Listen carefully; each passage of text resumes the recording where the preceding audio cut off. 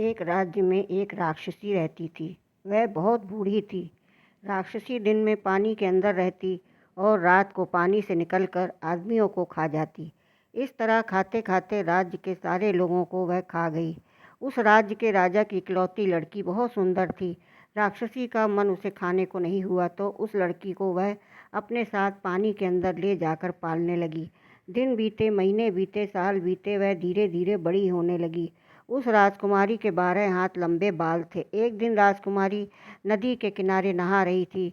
बाल धोते समय उसका एक बाल टूट गया तो राजकुमारी ने बाल को एक डिबिया में बंद करके पानी में बहा दिया। वह डिबिया पानी में बहते हुए दूसरे देश के किनारे लगी। उस देश का राजकुमार शिकार के लिए निकला था। उसे नदी किनारे वह डिबिया मिली। डिबिया खोलकर देखा तो 12 हाथ लंबा बाल दिखा।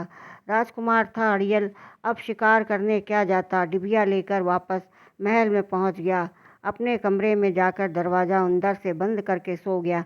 कुछ खाया पिया नहीं, कितना भी पुकारा गया, दरवाज़ा नहीं खोला। राजा और मंत्री के बेटे गहरे मित्र थे। जब राजकुमार ने किसी के पुकारने से दरवाज़ा नहीं खोला तो मंत्री के बेटे ने आकर दरवाज़ा खटखटाया। तब राजकुमार बोला, मीत, तुम वादा करो कि मैं जो कहूँगा मुझे ला दोगे, तभी दरवाज़ा खोलूँगा।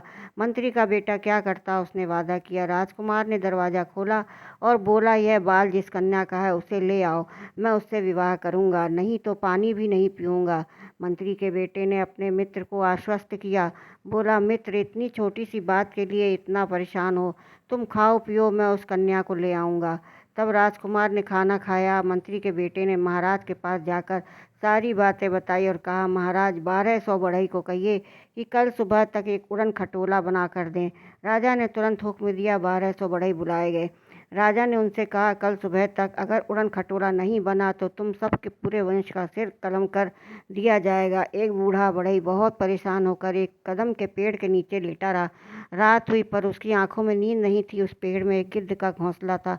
रात को माँ गिद्ध घोंसले में लौटी तो बच्चे खाने के लिए चीखने चिल्लाने लगे। तब माँ गिद्ध ने उन्हें समझाते हुए कहा, आज जो कुछ लेकर आई हूँ उतना खा लो, कल 1200 बढ़ई के पूरे वंश का नाश होगा। तब जितना मन चाहे खा लेना, क्योंकि उड़न खटोला बढ़ई कहाँ से बना पाएंगे जो मरने से बच पाएंगे। गिदनी के बच्चे माँ से पूछने लगे, किस पेड़ की लकड़ी से उड़न खटोला तैयार हो सकता है। माँ गिदनी बोली, हमने जिस पेड़ में घोंसले बनाए उसी पेड़ से उड़न खटोला तैयार हो सकता है। बूढ़ा बढ़ई यह सुनकर बहुत खुश हुआ। दूसरे बढ़इयों से जाकर बात कही। सबने मिलकर उस पेड़ को काटा और उड़न खटोला बनाकर सुबह राजा को भेंट कर दिया। राजकुमार और मंत्री का लड़का उस नाव में बैठकर रवाना हुए। कुछ दूर जाने के बाद नाव उसी किनारे जा लगी जहाँ वह राक्षसी रहती थी। शाम ढल चुकी थी। राक्षसी भोजन की तलाश में निकल गई थी। वह केशवंती कन्या मुंह हाथ धोने के लिए नदी किनारे आई और उन दो नवयुवकों को देखकर बोली, ओहो, तुम लोग इस देश क्यों आए? अभी राक्षसी आएगी तो तुम दोनों को खा जाएगी। ठीक है, अगर आ ही गए हो तो चलो मेरे साथ। इतना कहकर उसने उड़न खटोले को छिपा दिया। दोनों मित्रों को पानी के अंदर राक्षसी के महल में ले गई। मंत्री के लड़के ने केशवती कन्या को सारी बात बताई। सुबह होते ही राक्षसी लौट आएगी ये सोचकर रात बीतने से पहले ही केशवती कन्या ने उन दोनों को मक्खी बना दिया। वे दोनों मक्खी बनकर खंबे पर बैठ गए। राक्षसी लौटी तो उसकी नाक में इंसान की गंध समाई तो वह बोली, अरे बेटी, यहाँ इंसान के मांस की गंध कैसे आ रही? यहाँ कोई आदमी है क्या? केशवती कन्या बोली, यहाँ तो कोई इंसान नहीं है, बस मैं ही हूँ, मुझे ही खा लो। राक्षसी अपने दांतों तले जीभ दबाकर बोली, मेरी उम्र भी तुझे लग जाए, तुझे खाऊंगी। इतनी बड़ी बात तूने कैसे कह दी? संभल, मर जाऊं पर तू जिंदा रहे। उसी समय केशवती कन्या दोनों को इंसान बना देती। कुछ दिन बाद राजकुमार ने उस कन्या से शादी कर ली। रात में वे इंसान बनकर रहते। सुबह होते ही केशवती कन्या उन्हें मक्खी बना देती। राक्षसी घर लौटती तो इंसान गंध की बात करती। उसके उत्तर में कन्या कहती, यहाँ तो और कोई नहीं है, मन हो रहा है तो मुझे ही खा ले। राक्षसी दांत तले जीभ दबाकर चुप हो जाती है। ऐसे ही कुछ दिन और बीत गए। अब दोनों मित्रों का मन उब गया था। तब मंत्री के लड़के ने केशवती का कन्या का एक दिन कहा कि आज जब राक्षसी घर लौटेगी तो उससे बहुत प्यार से बात करके उसकी प्राण वायु यह रोज जान लेना।